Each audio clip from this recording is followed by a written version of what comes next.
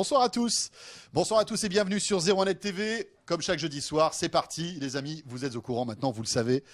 Une demi-heure de débriefing sur l'actualité high-tech de la semaine. C'est 01 Live Hebdo. Bienvenue à tous. Salut à tous et aujourd'hui nous allons fêter un anniversaire. On en parle. Ça me fait plaisir. Non, c'est pas le tien. C'est pas maintenant. Donc non, on va bien. car toi tu as plus de 10 ans. C'est vrai. Hein? Tu les fais plus, pas, mais tu as quand même plus de 10 ans. En revanche, Firefox, le petit panda roux, lui, fête à peine ses 10 ans. Et notre invité, c'est Tristan Nitto, le monsieur Mozilla, monsieur Firefox. Il est avec nous. Alors, je ne sais pas s'il y a des renards dans Assassin's Creed ou Call of Duty, mais en revanche, il va tout nous expliquer dans un instant. Pierre Fontaine sera avec nous de la rédaction de 01net. On fera le point avec lui sur ces deux gros blockbusters qui arrivent. Call of Duty et donc Assassin's Creed, la toute dernière version qui vient de sortir. Yes. Le tube d'Ubisoft. Bon, cette semaine, Delphine Sabatier n'est pas là.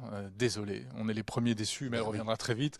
En revanche, c'est Bruno Cormier du Labo qui va nous retrouver ici pour la séquence Labo. Tout à l'heure, on parlera de ces smartphones qui durent le plus longtemps possible. Qu'est-ce que j'ai dit, non, parce que je pensais que tu allais me sortir Xiaomi et Meizu, mais non. Bon, non, mais voilà, tu l'as dit. Et donc, il y aura... Voilà, du Xiaomi et du Meizu aussi. Alors, exactement. Vous dites c'est quoi? C'est des condiments japonais? Non, ce sont des smartphones chinois. On en parlera tout à l'heure. Et puis, donc, on fera le point aussi sur les smartphones les plus endurants du moment, puisque le classement a changé récemment. C'est le suspense. Voilà, vous nous suivez sur 01nettv.com, sur Dailymotion, sur YouTube et sur la Live TV d'Orange. C'est 01 Live Hebdo. Salut à tous.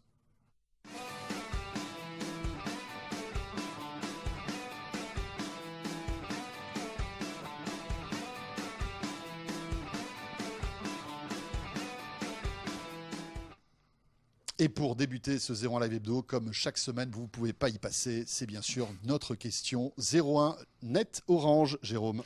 Quel navigateur web utilisez-vous? Et oui, puisqu'on va parler dans un instant de Firefox. Alors, on vous pose à vous la question, vous êtes plutôt Internet Explorer, plutôt Chrome, Firefox, Safari, Opera, etc., etc. Mais vous répondez, vous pouvez voter sur 01nettv.com. Il manque Netscape. non, mais c'est pas un truc pour les vieux, tu sais. C'est pour les gens d'aujourd'hui, ça. Moi, je me souviens encore Netscape. Attends, mes premiers émois de web, c'était sur Netscape. Bien sûr, mais enfin, maintenant, ça a vécu. Hein. Et voilà. Non. Comme quoi, j'ai un petit peu plus de 10 ans. Alors, Tristan Nitto est avec nous. Bonjour. Bonjour, Tristan. Salut, Tristan. Bon, ben voilà, bon anniversaire. C'est pas vraiment le mien, hein, mais c'est celui de Firefox, c'est bon. C'était en 2004. Oui, le 9 novembre. Ouais. Alors, qu'est-ce qui s'est passé le 9 novembre 2004 ? J'étais chez moi,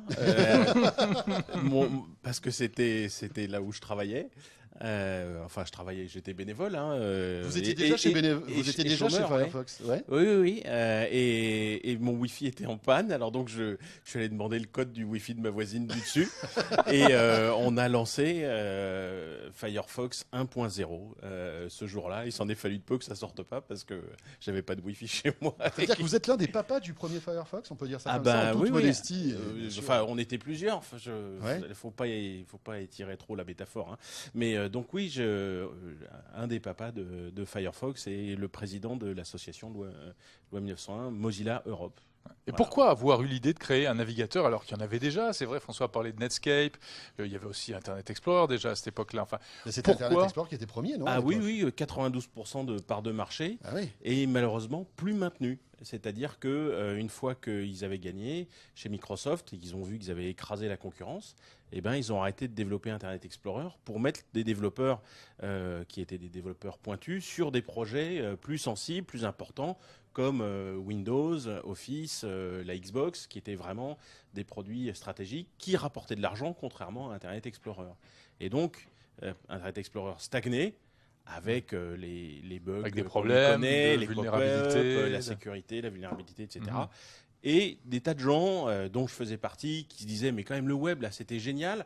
Et puis c'est en train de s'essouffler, c'est en train de retomber comme un soufflet parce que les gens ont peur, parce que dès qu'ils vont sur le net, ils se font hacker, etc. Il faut faire quelque chose. Il y a tant à faire sur le web. Et donc on a lancé le projet Mozilla, ou plus précisément Netscape a lancé le projet Mozilla, voyant qu'ils n'y arrivaient pas face à Microsoft. Et puis finalement ils ont arrêté. Et c'est là que donc on a été amené à créer aux États-Unis la Mozilla Foundation et en Europe Mozilla Europe. Donc un logiciel libre. Hein, et donc un logiciel libre construit de façon collaborative. Le code source est ouvert, c'est transparent. Et l'idée c'était de donner, enfin vraiment le slogan de l'époque c'était promouvoir le choix et l'innovation. Le choix c'était en fait rompre la situation de monopole et rétablir l'innovation pour qu'à nouveau les navigateurs fassent des progrès. Et puis ça a marché. Faut reconnaître aujourd'hui, puisque la concurrence est là et que l'innovation, on a pu la constater ces 10 dernières années. Alors aujourd'hui, quelle est la part de marché de Firefox? Combien d'internautes utilisent Alors ce navigateur? ça dépend à qui on demande et sur quel périmètre on mesure. Par exemple, en Pologne, on est quasiment à 50% de part de marché. On doit être à un peu plus de 40% en Allemagne. Et en France, ça doit être aux alentours de 20-25%. C'est-à-dire qu'il y a Chrome qui est arrivé par là. Et oui, c'est-à-dire qu'on lui a ouvert la route, alors ils sont engouffrés. Et donc avec toute la force de frappe de Google. Un marketing absolument énorme. Enfin, cela dit, c'est un bon navigateur aussi, Google Chrome. Ah, mais techniquement, il n'y a rien à redire. Après, il y a des problématiques autour de la vie privée, etc. Mais techniquement, c'est un excellent navigateur. D'ailleurs, c'est amusant parce qu'à l'heure où on parle, la première tendance sur la question Orange, quel navigateur utilisez-vous? Eh bien, c'est Chrome qui arrive en tête. Ah oui, c'est un petit peu le reflet de ce qui se passe véritablement. Après, nous avons Safari, Firefox et Internet Explorer. Safari, c'est peut-être un petit peu surévalué. Safari a combien de parts de marché en France aujourd'hui? Oh bah beaucoup moins. Beaucoup moins. Ah oui, ils sont quatrième de loin, ouais. Ah ouais. Oui. Non, Pierre Fontaine. Pierre est là pour nous parler de Safari, c'est autant pendant un moment, effectivement, il était sorti de sa sphère macOSienne. Ouais. Il avait fait une sortie sur Windows et puis finalement, il est rentré chez lui, quoi, parce que il faisait pas le poids effectivement face à Firefox. Ça coûte cher aussi de développer pour plusieurs plateformes. Tout à fait. Donc ils ont arrêté. Et alors, quelle leçon il faut tirer aujourd'hui? Est-ce que ça a vraiment changé les choses? Qu'est-ce qui se serait passé s'il n'y avait pas eu Firefox? Alors, je crois que s'il y a une leçon à retenir, c'est que parfois les choses ont l'air un peu désespérées. Hein. C'est-à-dire que quand il y a 92% de part de marché pour Internet Explorer, en fait, une bande de bénévoles, il y avait 13 employés dans le monde pour Mozilla quand on a relevé le défi. C'est possible, en fait, si on se décarcasse et qu'on a vraiment envie de trouver des nouvelles façons de faire. Et en l'occurrence, c'était la première fois que un projet de logiciel libre comme ça se faisait sur Internet à une telle échelle. On a réussi à changer le destin. Et donc, s'il y avait qu'une leçon à retenir peut-être pour le futur, c'est que quand les choses ont l'air désespérées, il ne faut pas se résigner, il faut retrousser ses manches et puis se mettre au boulot. Et puis si on est concentré et qu'on a vraiment envie, ça peut marcher. Mais alors, quelle est la place aujourd'hui? Alors, on le dit, Firefox n'est plus en tête, n'est même pas le challenger. Quelle est finalement l'utilité d'un navigateur comme ça aujourd'hui? Aujourd'hui, c'est essentiel, c'est que quand même, il faut savoir que le business model de l'Internet aujourd'hui, c'est la publicité. Et la publicité ciblée. C'est-à-dire qu'une publicité, elle vaut des sous si jamais on sait les comportements de l'internaute. Donc en fait, la surveillance de masse, c'est devenu le business model de l'Internet. Et vous vous inscrivez contre ça? Clairement, parce que nous on n'est pas une régie publicitaire. Donc vous allez casser Internet? On essaye d'améliorer Internet. Non, on veut pas absolument. Non, parce que justement, on est là pour défendre l'Internet. Mais je pense qu'on peut construire un meilleur Internet qui n'est pas aux dépens de l'internaute. Et puis indirectement, vous tirez des revenus de tout ça. J'imagine que lorsque on tape une requête depuis le navigateur Firefox et qui va sur Google, Google vous reverse de l'argent. Enfin, je sais pas trop comment ça marche le business model. Exactement. Mais Google ou d'autres. Vous vivez malgré tout de la publicité aussi de manière indirecte. Oui, mais pour faire progresser un Internet meilleur. D'accord. Si vous comparez en fait Firefox à Chrome et ce qui renvoie comme information à son opérateur, ou à l'organisation qui le fait, vous voyez qu'il y a quand même une grosse différence. Par exemple, par défaut, votre historique de navigation est renvoyé en clair, donc non chiffré, à Google qui va l'analyser pour vous proposer des meilleurs résultats de recherche et je cite, améliorer votre expérience utilisateur. Mais en fait aussi, c'est très utilisé pour la publicité, pour savoir ce à quoi vous pensez, ce que vous visitez, depuis quelle adresse IP. Ils savent tout de vous, du coup. Tristan, petite question qui vient d'arriver sur le Twitter. Le hashtag 01live. Quelle est l'évolution majeure, selon vous, qu'a connue le web ces 10 dernières années? Oula! Alors, il y en a plein. En 30 secondes. En 30 secondes. Eh bien, le web Pierre nous fera son point. Moi, je suis avec attention, pas de problème. Alors, ça fait plus que 25 secondes, c'est ça? Ça fait 20 même là. On perd du temps, les amis. Moi-même, j'ai une question aussi. Le web, dans Mission Impossible. Le web a vraiment est devenu vraiment une plateforme. C'est-à-dire qu'avant, le web, ça ressemblait à Wikipédia. C'était du texte noir sur fond blanc avec des liens soulignés bleus. Aujourd'hui, le web, ça permet de faire des choses extraordinaires, dont des jeux vidéo en 3D, de la cartographie, absolument tout ce qu'on peut faire en fait dans Windows ou dans Mac, à quasiment très peu de choses près, on est capable de le faire sur le web et ça tourne partout, y compris sur le mobile. Donc c'est vraiment justement excitant. Pour rebondir là-dessus, je connais la position, mais est-ce que ça serait peut-être bien de la rappeler, la position de Mozilla par rapport à l'intégration des DRM dans le HTML5 notamment? Vous aviez pris une position vachement ferme par rapport à ça. Alors là, non, c'est très intéressant parce qu'on parle du contenu qui est autre chose que du texte. Alors les DRM, rappelons ce que c'est. C'est les verrous numériques. Voilà, c'est les verrous numériques. Et justement, ça c'est le combat de l'avenir. Maintenant, on n'est plus dans le texte ou dans juste l'image, on est dans le contenu numérique. Eh bien, alors là, en 30 secondes, je ne vais pas avoir le temps. En gros, je vous donne quelques minutes. En gros, on déteste ça. Seulement le W3C, qui est l'organisme de normalisation, est en faveur de ça. Et si on refuse de le faire, en fait, on va être exclu du jeu et on ne va pas pouvoir l'influencer. Donc, on y va, malgré nous, à reculons, en essayant de proposer des solutions qui font que le DRM soit à l'extérieur. Parce que le DRM, ou les moyens techniques de protection, les MTP, ça ne peut pas être facilement de l'open source. Parce que sinon, les gens vont pouvoir le contourner. Donc, et ça, c'est contraire à notre éthique de transparence. Donc, on y va vraiment à reculons. Là, on a été obligé de jouer et de l'accepter en espérant que le coup d'après... justement, vous avez, dans les posts que vous aviez fait sur le post que vous aviez fait justement sur les différents blogs de Mozilla, vous avez dit vous cherchiez des solutions alternatives. Vous avez trouvé des solutions alternatives par rapport à ça pour l'instant ou pas? Pour l'instant, on fait tourner la solution de DRM dans un genre de bac à sable indépendant et c'est du code propriétaire mais qui n'est pas fourni par Mozilla et qu'on veut pouvoir retirer facilement. C'est dur de rester un rebelle, hein. Non, ça va. Parce que vous dites on y va pas. On est des rebelles pragmatiques. C'est-à-dire que là, on y va, la mort dans l'âme, mais on y va et c'est pas parce qu'on a perdu cette bataille-là qu'on va arrêter de faire la guerre. Alors, l'autre bataille, c'est le mobile. Oui. Vous êtes venu, Tristan, avec un joli mobile qui est la particularité justement de tourner sous Firefox OS, donc mobile. Faut changer de nom, il n'y arrive pas. C'est compliqué. Ça fait un moment qu'on l'avait découvert. On l'avait découvert à Barcelone. Bon, il en est où? Il en est où? Eh ben là, cette semaine, la version 2.0 du système est sortie. Donc une nouvelle ergonomie, on intègre les NFC, etc. Enfin bon, ça progresse, quoi. C'est sympa. 15 mois qu'il est sorti et on sort régulièrement des nouvelles versions. Le NFC dans l'optique de paiement mobile ou dans quelle optique? Eh ben dans toutes les optiques en fait. Historiquement, le web il n'était pas prévu pour faire des NFC du tout. Alors en fait, on a créé une API Web NFC, donc un truc qui permet aux développeurs d'utiliser les NFC dans une page web, ce qui était jusqu'à présent impossible, et ça va tourner sur le téléphone aussi. Merci Tristan Nitto, notre invité aujourd'hui pour les 10 ans de Firefox. On vous invite, si vous voulez l'essayer, à télécharger la toute dernière version qui en plus a un bouton spécial qui permet d'effacer une partie de l'historique. Oui, et puis un nouveau moteur de recherche, DuckDuckGo, qui préserve la vie privée. Ah oui, ce fameux moteur de recherche. Voilà. Ouais. Merci beaucoup Tristan Nitto. Merci. Encore une fois, happy birthday to Mozilla. Pierre Fontaine.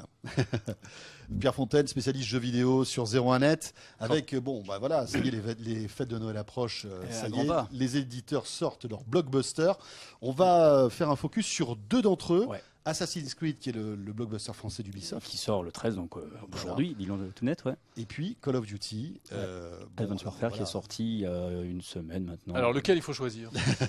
En 15 secondes. Si j'ai de quoi m'en acheter qu'un seul. Alors le truc, c'est comme je dirais, par exemple, vélo ou voiture, sans dire que l'un est moins bien que l'autre. C'est pas du tout la même chose. C'est pas du tout la même famille de jeux. Il y en a un, c'est un jeu de tir à la première personne militaire futuriste.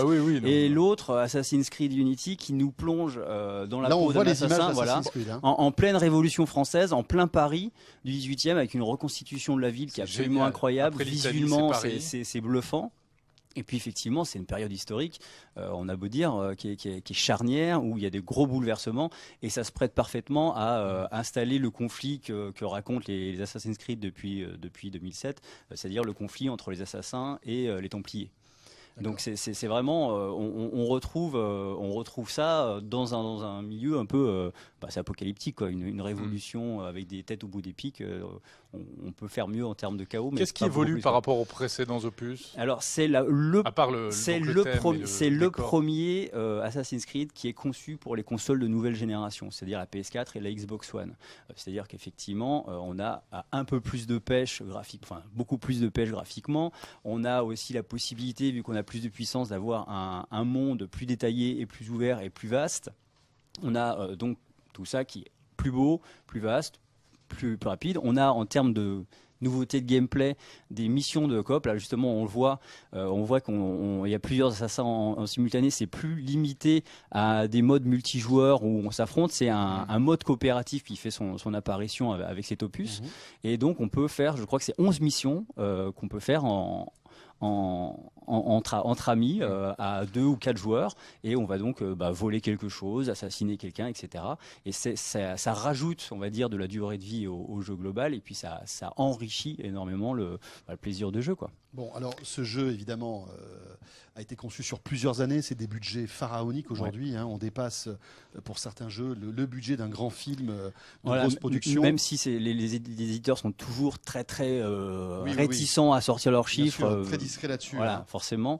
Mais oui, effectivement, c'est des jeux qui sont développés sur des cycles de 2-3 ans, qui recyclent des moteurs, qui redéveloppent des moteurs selon les générations, etc. Oui, Xbox One, PlayStation 4 et PC. Voilà. Pour Assassin's Creed Unity, sachant que pour la première fois, Ubisoft sort un autre Assassin's Creed la même année, qui est Rogue, Assassin's Creed Rogue, qui est en fait réservé à la PS3 et la Xbox 360. D'accord, donc ils n'arrêtent pas en fait le business de ces. Voilà, ils sont en train de clore, on va dire, un arc narratif qui avait été commencé avec la génération précédente, et puis effectivement ils ouvrent ce nouvel opus avec ce nouveau personnage Arnaud, qui est bien français. Voilà. L'accent est bon, pas trop canadien, pas trop québécois. Non, mais c'est vrai, ça fait plaisir de voir que des studios français, même si évidemment. Oui, alors ça c'est Ubisoft Montréal, voilà. Les fonds, la famille Guillemot de base est bretonne française, et puis ils sont grâce au crédit d'impôt et aux facilités. Ils sont installés là-bas parce que ça leur coûte moins cher de fabriquer des jeux. Mais encore et puis maintenant il y a aussi un vrai savoir-faire, parce que depuis le temps que ces aides d'État, il y a un vrai écosystème maintenant. Tout à fait, voilà. Bon, alors deuxième jeu. Voilà, deuxième jeu. Alors ça, on va dire, c'est plus notre cam. Oui, c'est vrai. On n'en rate aucun, mais celui-là, on n'a pas eu le temps de l'essayer. Alors c'est le nouveau code. Le nouveau Call of Duty. C'est Advanced Warfare. C'est vrai que c'est plus facile, c'est beaucoup plus facile à prendre en main quand on a 5 minutes à tuer, je dis 5 minutes à tuer, on a moins besoin de se plonger. Voilà, on a moins besoin de se plonger ou de se remettre dans une histoire, parce que il y a une histoire qui est certes, on vaut ce qu'elle vaut, toujours avec un méchant directeur d'une société de mercenaires internationaux qui veut prendre le pouvoir, etc. Et puis on se retrouve dans la peau d'un troufion qui, pas de bol, va se trouver amputé avec un bras bionique, et le vrai héros de l'histoire, en fait, c'est pas le troufion qu'on incarne, c'est l'espèce de. Il y a des jolies filles aussi. Ouais, alors ça, c'est une chèvre. Voilà, vous voyez. Il faut se méfier. On peut croire que c'est une jolie fille, mais au moment d'embrasser, il faut réouvrir les yeux. Nous intéresse moyennement. Voilà, aux minces. Voilà, on risque de se faire pincer très fort. Non, donc en fait, le vrai héros, c'est l'armature. Le mot m'échappe, pas le scaphandre, l'exosquelette, qui est le vrai héros de l'histoire, qui permet des prouesses folles qu'on voit dans ça. C'est marrant parce qu'ils ont c'est un live trailer en fait. C'est-à-dire ils sont amusés, ils le font de plus en plus dans l'industrie du jeu vidéo. On tourne avec des vrais acteurs sur fond vert, a priori, sinon pas Razinville. Et comme ça permet aux gens de se mettre encore plus dans l'action. Et donc cet exosquelette permet de faire des bonds incroyables, permet de disparaître. Ça fait penser à Halo un peu. Ça fait penser à beaucoup de choses, hein. L'exosquelette, on en retrouve dans Crysis, on en retrouve dans beaucoup de jeux. Le côté, grâce à un équipement high-tech, je deviens un surhomme. C'est un petit peu la base du jeu vidéo depuis des décennies, enfin depuis des années. Et effectivement, sur ce jeu qui est aussi le premier Call of Duty de la nouvelle génération de consoles, donc avec de plus jolis graphismes, etc., on en prend un peu plein les yeux avec une histoire très intense. Une fois encore, c'est le multijoueur qui fait toute la saveur. Voilà, et on peut dire, si on veut schématiser, avec que la campagne. Modes de jeu en plus, je crois. Il y a quelques nouveaux modes de jeu. Et puis c'est surtout dans le multijoueur que l'exosquelette prend tout son sens parce qu'on se retrouve finalement assez limité dans l'histoire qui dure à peu près 10-11 heures. Et le cadre, c'est quoi le contexte cette fois? Moi j'aimais bien les précédents. Il y avait un côté, il y en a eu un au Proche-Orient, il y en avait un. Il y avait un côté narratif qui se. Là, on voit du pays. On s'assied, on n'a pas besoin de passeport, on voit du pays. Puis c'est dans un c'est un futur, oui. Un peu futuriste. Voilà, c'est comme le montrent les armements, quoi. Mais c'est une des grosses sorties annuelles, c'est le Call of annuel. Très bien. Mais il le faut. Xbox One, PC, et puis si vous voulez vraiment avoir le meilleur, c'est sur ces consoles-là qu'il faut jouer. Voilà, on peut dire que c'est le premier, c'est l'an 1 en fait des consoles next-gen pour tous ces jeux-là. Qui ont été véritablement, comme tu disais tout à l'heure, conçus pour la Xbox One et la PlayStation 4. Sur un cycle de 3 ans, ce qui est une première pour un Call of Duty, précisons-le. Pierre Fontaine, merci beaucoup. De la rédaction de 01net.com.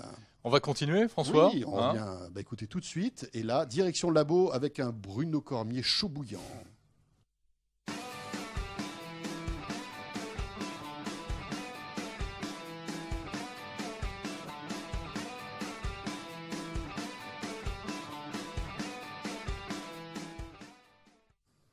Oh, qu'il est beau le labo. Et ça tombe bien parce que il est beau aussi, Bruno Cormier. Il est avec nous. Bonsoir Jérôme, bonsoir Bruno. Salut Bruno. Bruno Cormier qui est venu encore une fois, mais vous commencez à en avoir l'habitude, avec son chariot de smartphone. Un petit chariot cette fois-ci. Et avec des chariots et puis surtout des smartphones au nom exotique, Jérôme. Attention, là on rigole pas. Exactement. Est-ce que d'abord, on fait un petit point sur la question orange du jour? C'est une très bonne idée. Quel navigateur Internet utilisez-vous? Eh bien, regardez ce que ça donne maintenant. Après l'intervention de Tristan Nitto, Firefox reprend du poil de la bête. En première position, c'est Chrome quand même, on le disait. Puis Firefox, suivi d'Internet Explorer. Safari, il y a des Appleistes parmi nous. Oui. Opera, en revanche, moyen. Ouais, ça change pas beaucoup. Non. Bon, voilà, continuez. N'hésitez pas à voter encore une fois sur 01net.com. Vous cliquez sur la page de ce 01 Live Hebdo. Bruno Cormier, bonsoir. Rebonsoir. Bruno Cormier qui est venu donc avec des smartphones étonnants. Alors, dans un instant, on va s'intéresser au top des smartphones les plus endurants du 01 Live. Vous savez que ça, c'est un petit peu la saga de cette fin d'année. Régulièrement, on vous dit quels sont les smartphones qui auront la meilleure autonomie. Mais auparavant, deux nouveautés, Bruno. Oui, alors c'est des smartphones exotiques, effectivement, parce que ce sont des smartphones chinois. Alors, on a un Meizu. Cela dit, ils sont tous chinois. Xiaomi. Ouais, bon, alors là, c'est des marques. Ça veut dire quoi, les smartphones chinois? C'est des marques purement chinoises. C'était conçu en Chine, fabriqués en Chine, certes, mais conçus en Chine. Voilà. Alors, c'est vrai que, par exemple, les iPhones sont fabriqués en Chine. Bien sûr. Ils ont peut-être conçus, en tout cas, une partie, le design. C'est Design in California. C'est vrai, il y a écrit ça. Bon, donc, alors, ici, c'est Design in China. Alors, on commence par le produit pas terrible. Alors, c'est le Meizu MX4. Alors, il faut que tu le montres bien à la caméra qui est derrière toi. Voilà le MX4. On avait beaucoup d'espoir dans le MX4, même si on avait été déjà déçu par le MX3. Alors le MX4, qu'est-ce que c'est? C'est un téléphone avec un écran très large, au format 15/9, donc c'est pas du 16/9, donc l'écran est plus large en fait, et ça permet en fait d'avoir vraiment un confort de lecture vraiment très sympathique. C'est pas bête. Avec des rebords d'écran extrêmement fins. Alors du coup, en termes de design, c'est vraiment un téléphone très sympathique, avec un cerclage tout en aluminium. Alors là, c'est vraiment la classe. De loin, comme ça, il ressemble un peu à l'iPhone 3G, j'ai l'impression. Un peu, ouais, en plus gros, ouais. Un petit côté HTC. Il se tient plutôt pas mal en main, même s'il est un peu large. Il est bon en photo, il a un capteur 20 mégapixels qui fait des bonnes photos, sauf en HDR. Bon, les vidéos, c'est pas terrible, mais il fait des bonnes photos, c'est assez surprenant, même très détaillé, tout ça. Tout le reste, c'est mauvais, quoi. Donc tout le reste, c'est mauvais, à commencer par l'autonomie, c'est très mauvais. Alors il y a une batterie 3100 mAh dedans. C'est beaucoup, honnêtement, j'ai jamais vu une batterie 3100 mAh aussi petite. Voilà. donc voilà. Et vu les scores d'autonomie qu'il fait, façon sur les chiffres, c'est 3100 divisé par 2. Ouais, voilà. Honnêtement, il a des scores d'autonomie assez ridicules parce que aussi il a un processeur 8 cœurs qui consomme beaucoup d'énergie. Donc dès qu'il est utilisé, ce processeur, il draine la batterie. Le téléphone chauffe pas mal. En jeu vidéo, il se ralentit très vite parce qu'il chauffe trop. Enfin bon, ça va pas. Alors il est à 299 en 16 Go, mais 399 en 64 Go. C'est pas cher, mais c'est pas super bon, pas super bonne affaire non plus, quoi. Ouais. Surtout que le logiciel, alors là, c'est FlymeOS, c'est un peu calqué sur Apple. C'est assez joli et tout ça. Le problème, c'est que c'est très mal traduit. Il y a encore beaucoup de c'est vraiment exotique. Hein. Ouais, voilà. On a envie de. C'est pas très bien. Ça peut être sympa pour frimer en soirée, ça. Ouais. T'as vu mon Meizu? Celui-là, tu le verras nulle part. Ouais, c'est pas génial. Honnêtement, on est déçus. Donc voilà, ça vaut pas le coup pour l'instant. Si vous avez déjà 4 smartphones, vous pouvez éventuellement vous faire plaisir et acheter ça en plus. Voilà. Bon, alors on a le bon, on a la bonne nouvelle. Alors comment on prononce Xiaomi? Il faut dire Xiaomi. Ah oui, Xiaomi, voilà, c'est ça. Voilà. Ça, il faut avoir le coup. Hein. Mais c'est pas, on va dire Xiaomi en français. Alors, ça c'est beaucoup mieux. C'est cerclage en aluminium aussi. Alors la coque n'est pas amovible, elle est en plastique. C'est le Mi 4, le tout dernier. Batterie 3000 mAh aussi. Puissant processeur Snapdragon 801. Alors pour ceux qui ne connaîtraient pas Xiaomi, c'est une marque qui est très connue en Chine et qui se veut un peu, on la compare souvent à l'Apple chinois. Oui, je sais pas pourquoi. Vous allez vite savoir pourquoi. Je vais vite vous expliquer pourquoi. J'adore quand il me répond comme ça avec suspense. Même si j'ai une petite idée de la réponse. Voilà. Ça veut dire qu'elles sont 4 fois plus chères que les autres. Xiaomi cartonne, mais c'est un carton total en Asie, mais pas seulement en Chine, c'est un carton total en Inde aussi. Ils vendent des millions de smartphones en Inde. Wow. Ils ont vendu 1,10 million de smartphones en 24 heures la dernière fois là au Singles Days en Chine. Ils vendent plus de smartphones qu'Apple en Chine. Enfin, c'est complètement incroyable. Ils cartonnent complètement parce que c'est très soigné et effectivement, ils font des smartphones de bonne qualité. Ils sont très beaux. Hein. Voilà. Alors, le smartphone est très joli, il est assez simple mais très efficace. Il a un écran laminated aussi, alors Full HD, qui est très beau aussi. Là, voilà, qui est très joli. Et voilà pourquoi on appelle le Apple chinois, c'est que toute l'interface est totalement calquée sur Apple. Mais c'est quoi? C'est de l'Android? C'est de l'Android. C'est de l'Android, mais c'est MIUI, c'est leur interface à eux. Cela dit, c'est pas vilain. Hein. Ah non, c'est très réussi, c'est très joli, c'est vachement paramétrable. Par exemple, regardez les options. Les options, ça ressemble comme 2 gouttes d'eau à Apple, hein, vous voyez. Bon, voilà, c'est totalement calqué, mais c'est réussi. C'est réussi et ils copient même le prix d'Apple, c'est ça? Non, c'est moins cher. Moins cher quand même. À peu près 350-400 € pour la version 64 Go. Honnêtement, c'est pas volé. Il fait des bonnes photos. Même le logiciel de l'appareil photo est calqué sur celui d'Apple. Et celui-là, l'autonomie est bonne?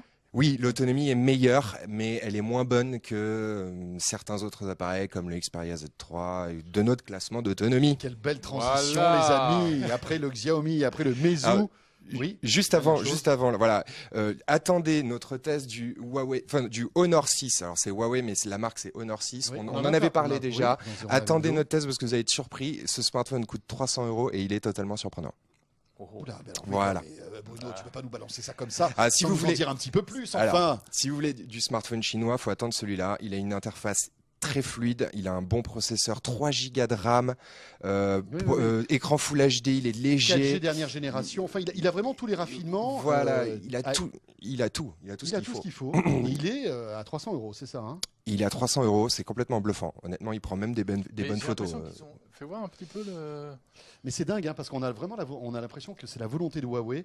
On se souvient déjà de la Sun P7 qui était sortie il y a quelques temps de cela, qui n'était pas le smartphone parfait, mais qui était très joli, qui avait un très bon rapport qualité-prix. Et on se rend compte que là, avec cette nouvelle marque Honor, et bien voilà, Huawei essaie justement de monter encore le niveau et de vraiment d'exceller en rapport qualité-prix. Honnêtement, ils mettent la pression et vraiment ils font des choses très bien. Alors bon, faut pas parler de Huawei, hein, c'est Honor, mais c'est Huawei quand même. Bon, c'est une marque très honorable.